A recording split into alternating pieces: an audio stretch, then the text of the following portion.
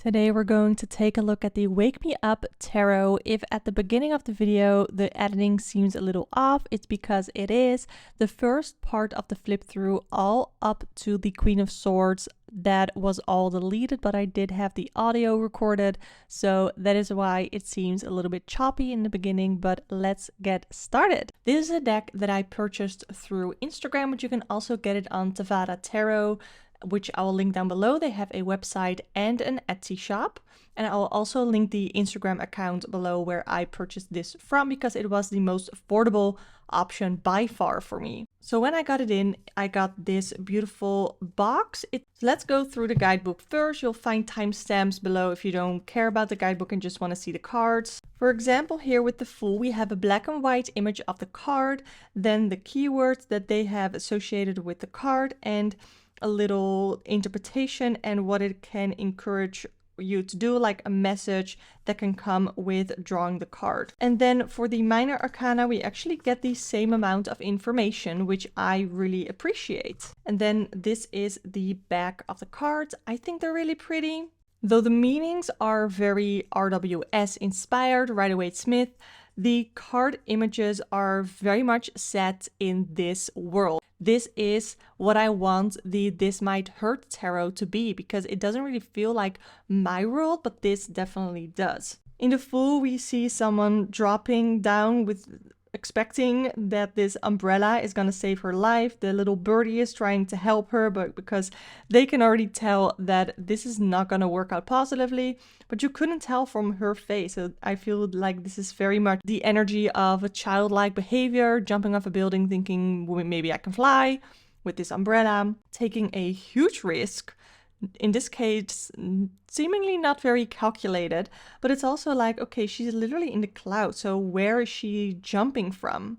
What was before this? Like, this is the Zero card, but what went before this? What made her take this leap of faith? Was where she was coming from really so bad that she would literally rather drop down the earth with only an umbrella to take care of her? Next we have the Magician, and I love that we're seeing them as a rider. I also really like that this character seems very gender non-conformative. I think that's the right expression to say that. And we do also see the elements. So we have the Pentacles, the Sword, the Cup, and I assume that the wand here is the pen, unless you see a wand elsewhere. Maybe the infinity symbol is usually on top, like at the head, I think, of the Magician. So we do have everything that, like, symbolically wise in the Magician, but I like that this is like they are feeling inspired. They are wanting to take action, manifest what they want.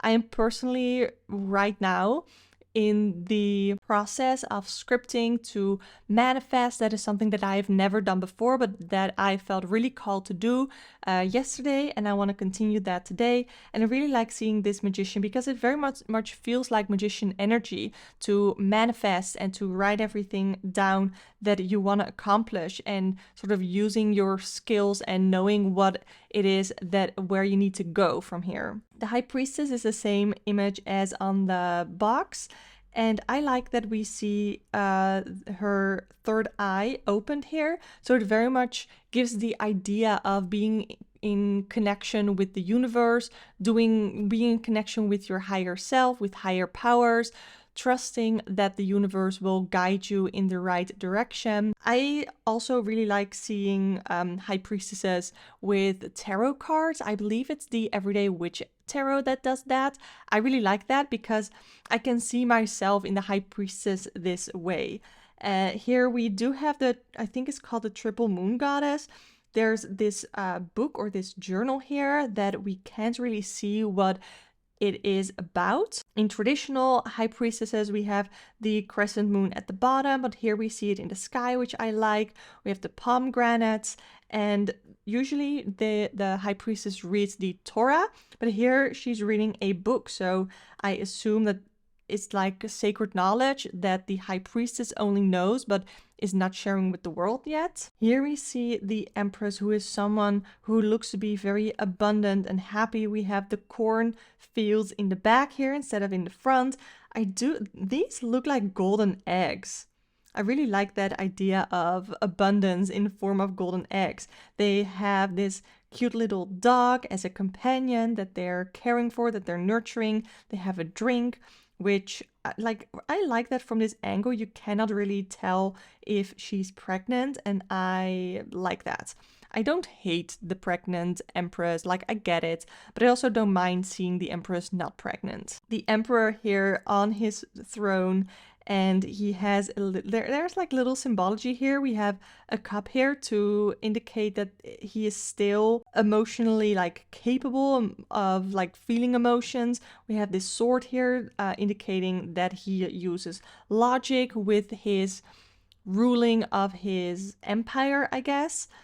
We have a little the ram here, which is the astrological symbol for Aries, which this card corresponds with. We have a little safe. We have some pentacles here.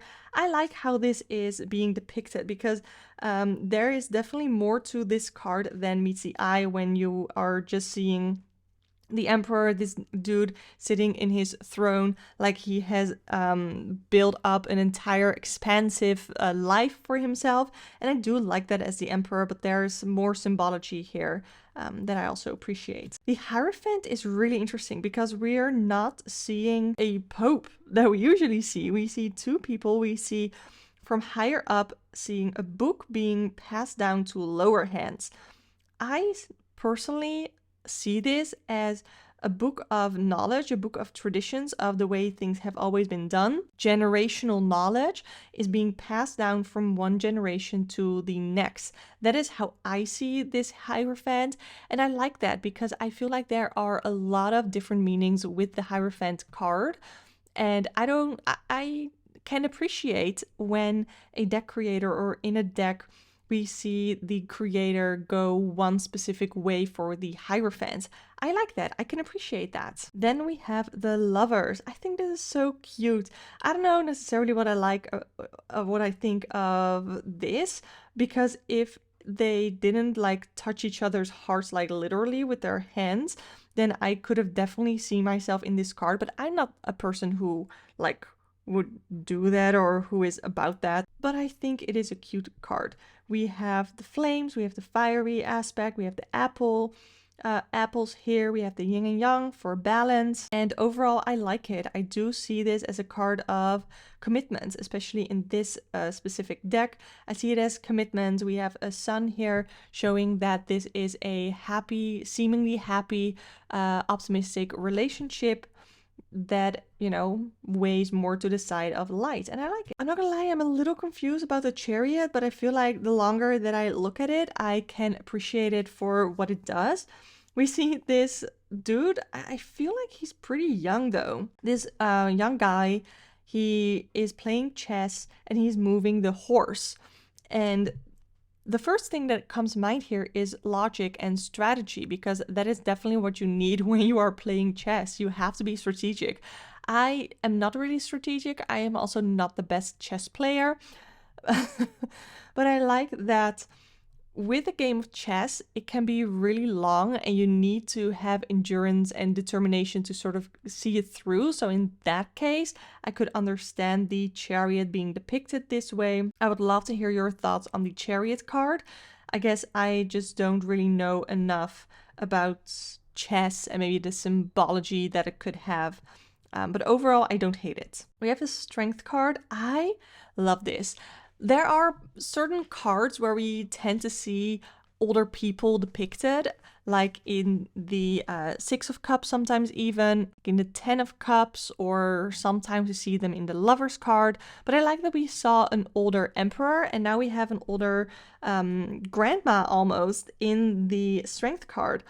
And I like this so much because I assume that this is them as well, that they have grown from someone who used to climb mountains into a grandmother who knits and drinks tea or coffee.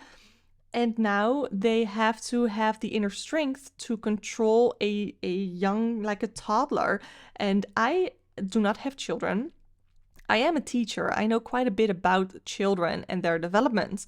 And I am sure that anyone who has kids who are or have ever been a toddler, that can be quite a tough life phase, I guess, where you really have to stand firm and to sort of lay down the law to control them, but also you want them to experience certain things and experiment in life and, you know, be a kid, be a toddler, and allow them to do fun things. And here you can definitely see that this grandmother seems to have found a balance of having them under control, like controlling the beast, the lion that we usually see in the strength card, but they do have this loving bond. So them being firm and them being strict and having control over this kid does not come at a cost. Does not come at the cost of their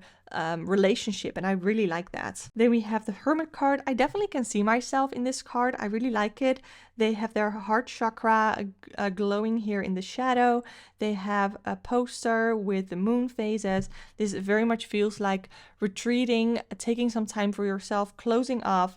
I like that we have the key here as a traditional symbol that we see with the Hermit card. We have a bunch of candles here. We have the lantern with a candle, but it's sitting here in the window instead of them holding it. Overall, I really like this depiction of the Hermit. Oh, I didn't even see it. They have literally put the laptop in a cage, so they are very much closing themselves off from the outside and focusing on their insides. I like that a lot. Then we have the Wheel of Fortune. The wheel is spinning, and depending on how the wheel spins, I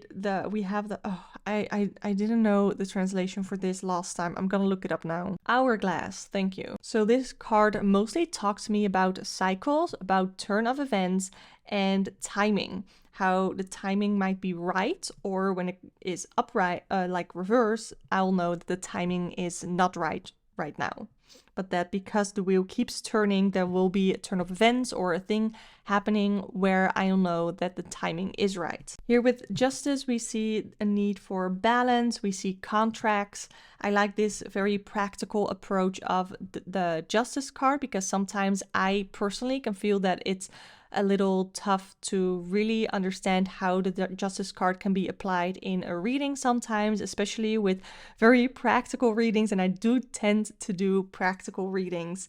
So I like that we have it here with balance. It very much feels like the justice system here, so consequences for your actions, whether those actions are white or dark. The Hanged Man is super interesting because we have someone, like, what is this? We see them laying on their ceiling, because if we look at this, we have the bed here with their ukulele. And another thing that I like is that we have this poster here, which is about optical illusions. So we have this idea of seeing things from a different perspective. Literally, we have a time of waiting, because you can try and fight this weird gravity stuff that's going on, or you can just sort of wait it out until the circumstances change and things will go like upright again. We have the Death card, which I think is really pretty. Overall, I think what we see here is the shedding of an old skin, so letting go of what we no longer need. We are refreshed, moving forward.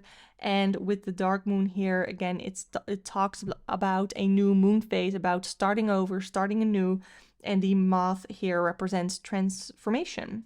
I like it. We have Temperance, adding, like, what is this? Like adding tea to more tea, or I don't know. We have the chakras here. We have angels. We have a sun coming up over the village here. I think this is called a Mansera. They are taking a break. Oh, I think they're taking a break from work. So they know that there needs to be a balance between working hard and also taking a little bit of time to come to yourself and to take a little bit of a break. I like it. Here with the Devil, it's almost as if, oh wait, it looks similar to the couple in the Lovers card. It's not, but here they have their hands on top of their chest, and here they have their hands inside of their chest. They have these collars on them. There we see a cigarette here burning, so it indicates some sort of addiction, being restricted either by yourself or by others. I don't know if I can find like the key to their chains here, but it's very much they're being very distracted by these bad habits and each other to really enjoy like the rest of life almost. That's how I interpret it. I love this tower card. We have a bridal cake. We have a bridal cake that is being struck by lightning. So this gives me very much left at the altar vibes, or like calling off a wedding vibes, that if the relationship isn't strong enough, that there's no way for a commitment to work, or there's no way for a connection to survive if the foundation isn't stable enough, then when something sudden happens, then it sort of crumbles. That is how I usually see the tower card, and I like that I can see that in here as well. Like when something sudden happens, are you gonna drift apart, or are you gonna work together to sort of fix it? We have the star card, and they are very much putting their hope and trusting in the universe for everything to be fine, and they seem to be very serene. I really like this feeling of serenity in this star card. So I appreciate that. I love this moon card, okay? Because it very much talks to the idea of illusion. We see them looking at the reflection in the water when the moon is really up here, and it's fine.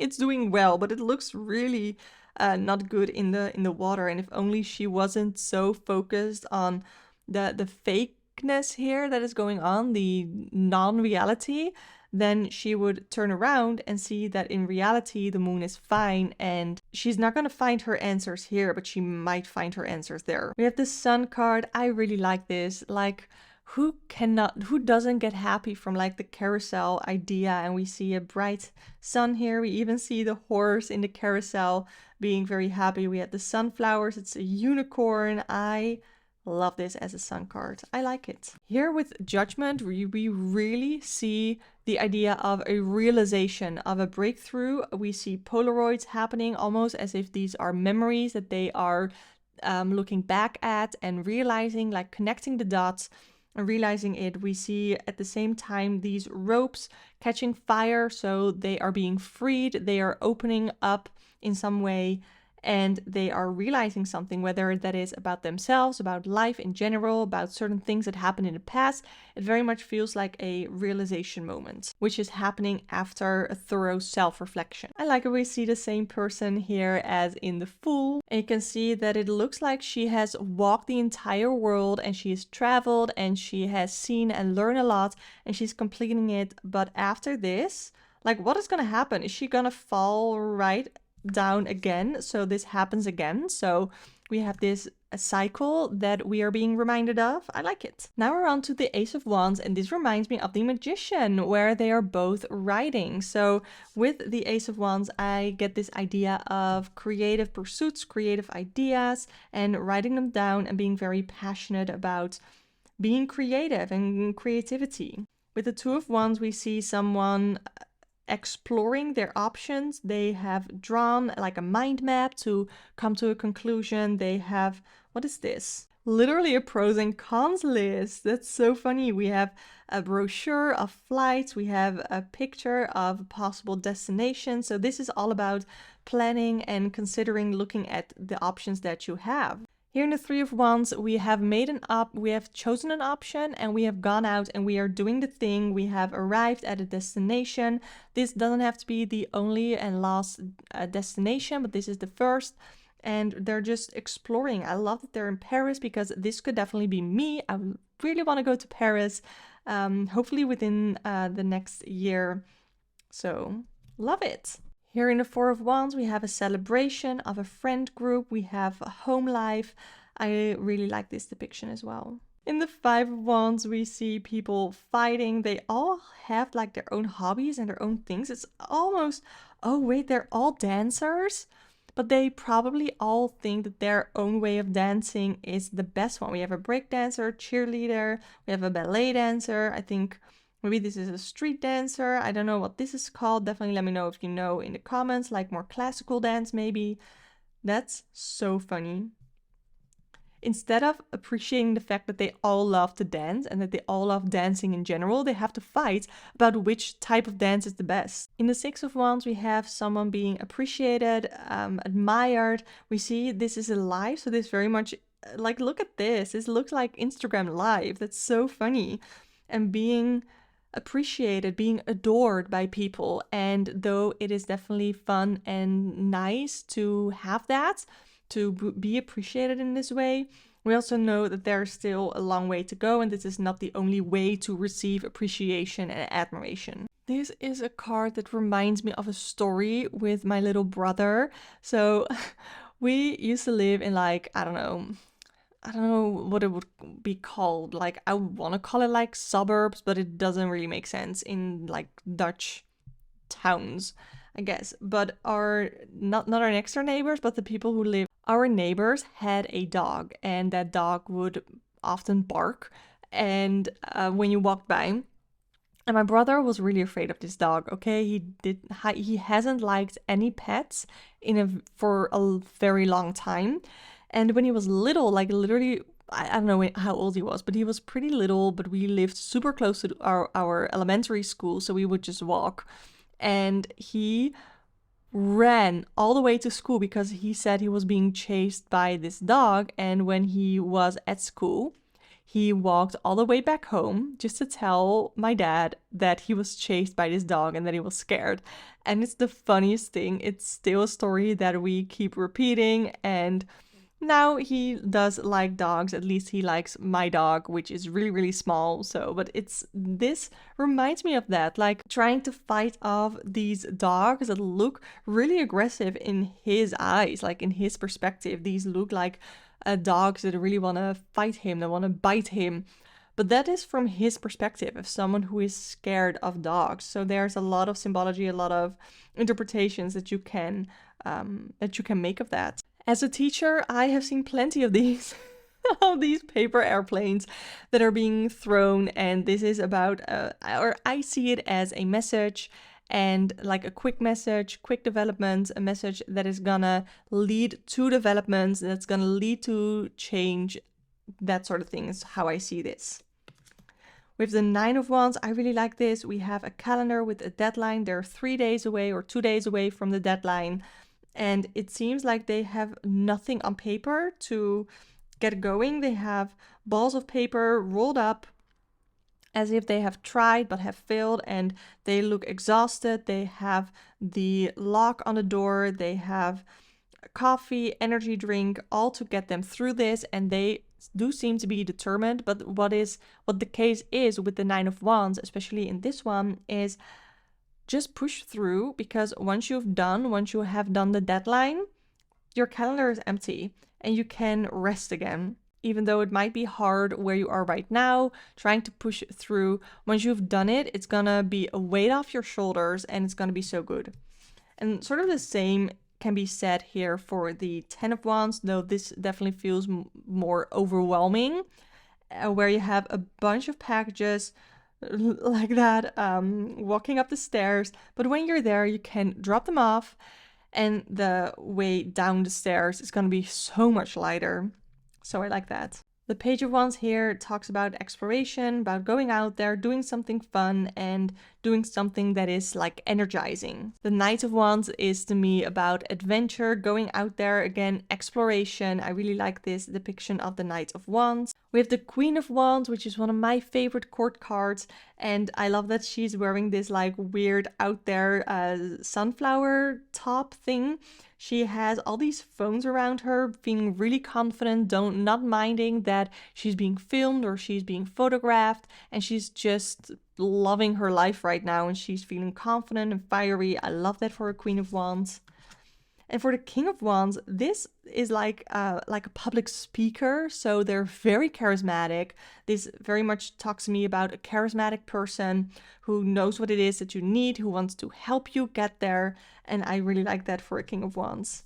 Okay, now we're into the Suit of Cups, and this feels like celebrative energy. So celebrating something, celebrating emotion, celebrating something fun. We have a Two of Cups, a connection here being made. It doesn't have to be romantic. It can be. Here it sort of feels like platonic, like they're like, hell yeah, we're gonna do this three-legged race, and you really there has to be a lot of trust here to move forward, to have this be a success. Here in the Three of Cups, this also feels very celebratory, but this to me more feels like community and friendship. In Four of Cups, we see someone who is very much tired of waiting. I don't know if they were waiting on this message and they have indulged in alcohol and now they are sort of out of it and they cannot even see that there's a message, probably something that they've been waiting for within reach, but they have been so distracted that they cannot see it. This also feels like emotional disconnect. And we can see that here too. Maybe they have been waiting for them the whole time and they are just drinking here and they've been waiting for them to arrive and they are sort of scarily, or not scarily, but slowly just going to them and maybe apologizing for being late.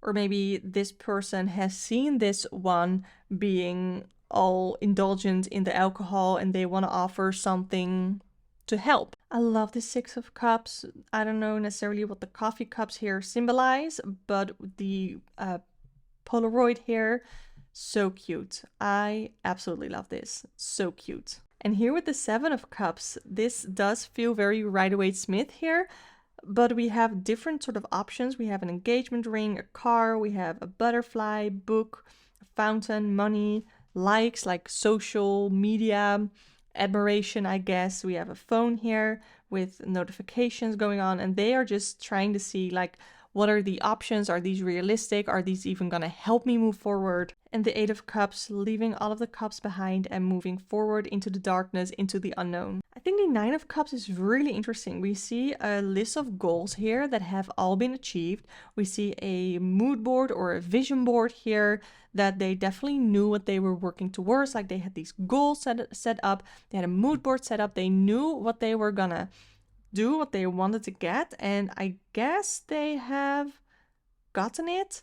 But what I also feel here with the phone and taking this picture, we also see like the weights here and the workout equipment.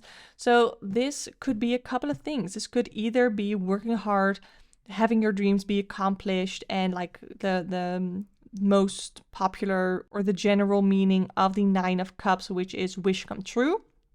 Or we can see this as like those Instagram posts where people say that they have, I don't know, done everything they wanted to do and they have reached their goals and they are living this amazing life, but really they are not. But that's not necessarily what I can see in here, but that is what this reminds me of. So it's like showing to the world that you're in a Nine of Cups moment, but that doesn't necessarily mean that you have to be, or that you are. And we have a really cute Ten of Cups here with a little family. I can definitely see myself here in this card as well. We have a Page of Cups, that childlike emotional energy, again, because the guidebook specifically mentioned child energy for the pages. I really see that here.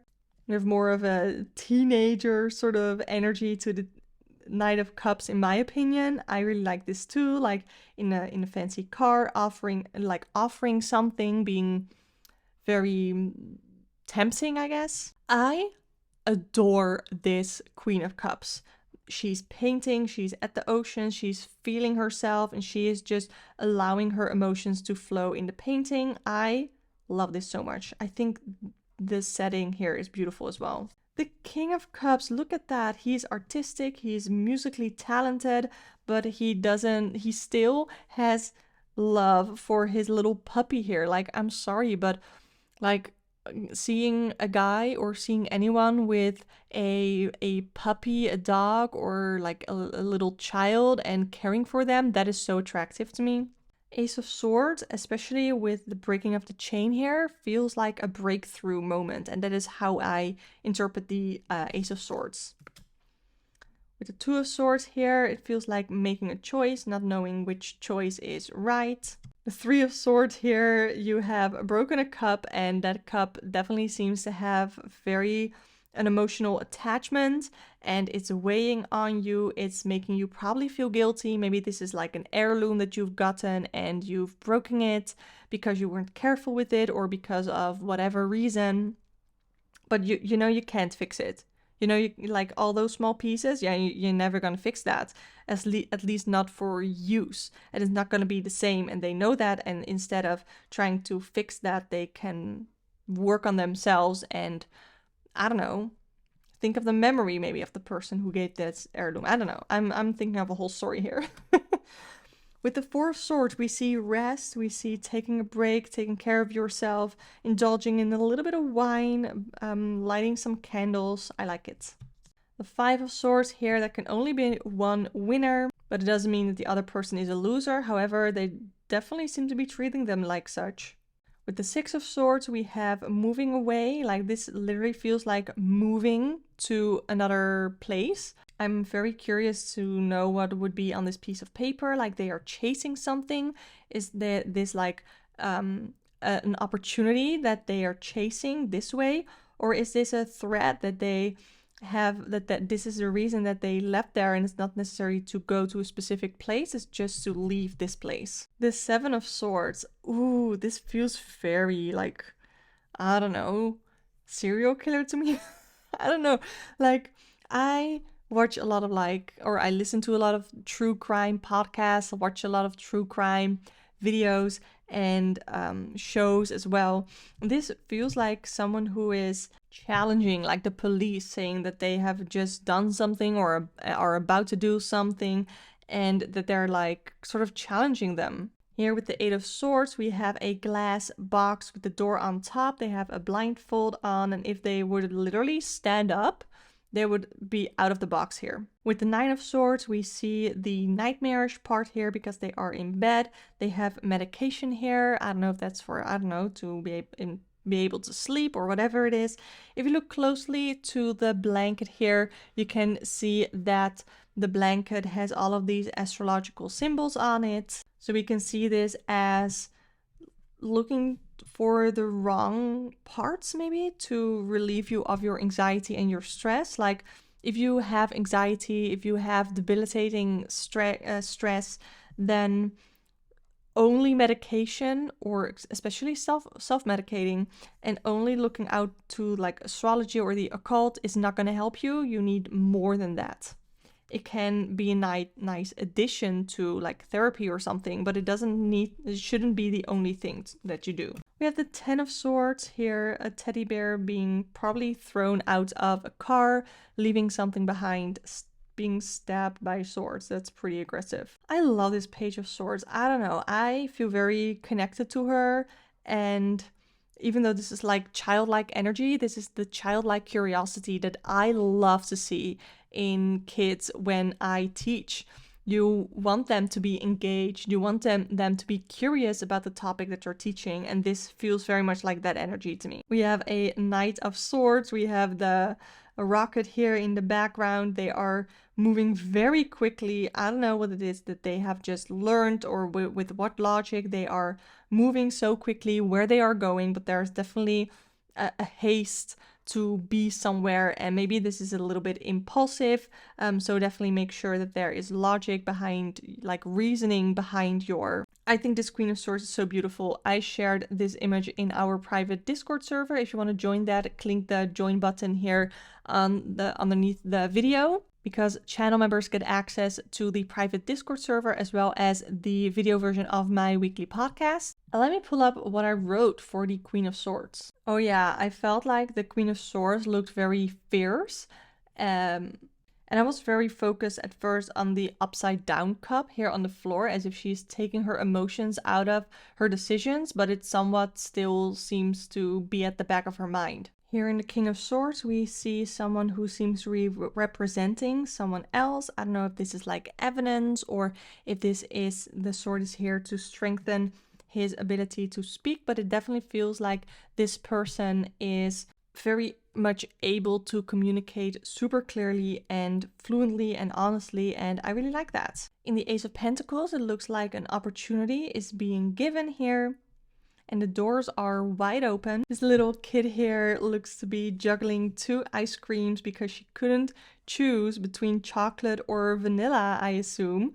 And I don't know if the choice that she has made is definitely the wisest one, to just get them both, because she's juggling this and it does not seem to be easy. In the Three of Pentacles, we have a band here trying to make music together, and it's very clear here that they all have their own instrument, their own expertise, their own talents that they use to work together to create amazing music. In the Four of Pentacles, we see someone being very protective of their assets, of their money here, and they seem to be very aware of budgeting and their financial expenses. In the Five of Pentacles, we see someone who is counting all of the money that they have. They seem to be in a financial pinch here.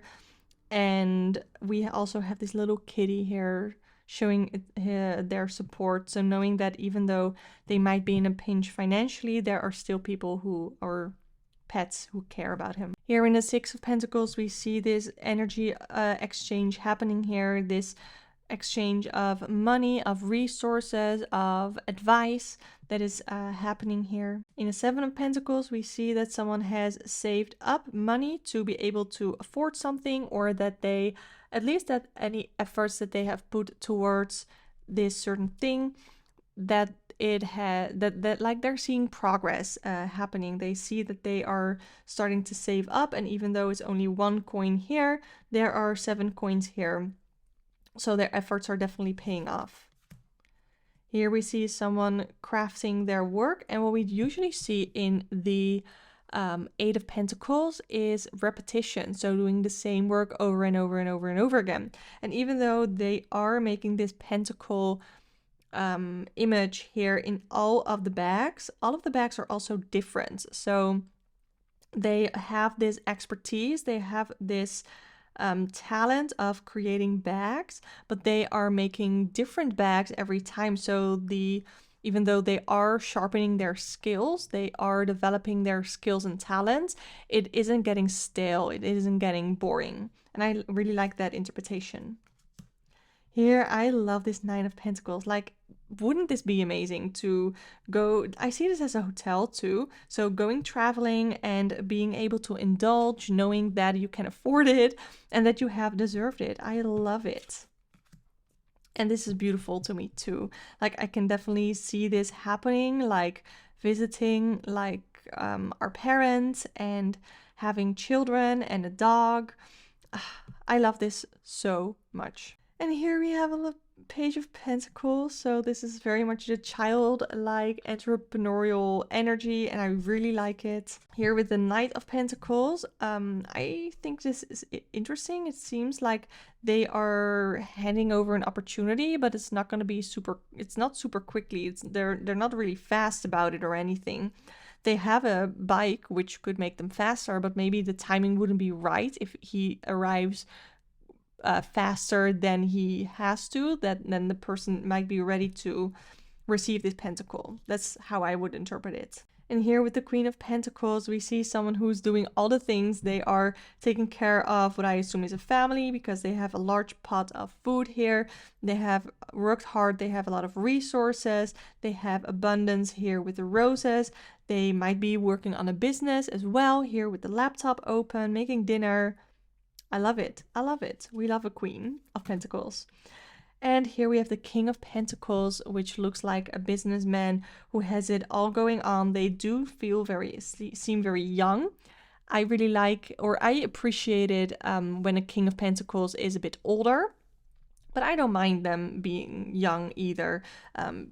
Because there are plenty of people who are in their King of Pentacles moments in life and are younger as well. So yeah, I like it. Let's see how this shuffles. I already know because I've already read with it a bunch. But it shuffles beautifully. And it overhand shuffles really well as well. If you want to see a reading that I've done with this deck, definitely check out in the eye here above, because I did a pick a card reading with this deck. So overall, do I recommend this deck? I absolutely do. I have talked about this deck in my one deck for each sign as well, and I talked about why I think it is a good deck for that typical sign. But I think anybody who is looking for a deck that is very practical and feels very much connected to the real world, also with all the modern things like social media. If you are looking for a deck like that, this is really great. I think this reads really well. I thought it read really easily as well. Overall, I love it. And like I said, you can find the links in the description box if you want to pick it up for yourself. I am not affiliated with anyone. I just love this deck and I want to share my love with you all and with the creators of the deck as well. The next deck that I'm going to do a walkthrough of is going to be the Wandering Star Tarot, because I really love that as well. So subscribe to the channel if you're interested in more deck walkthroughs like this. I've also done videos on deck studies where I really went deep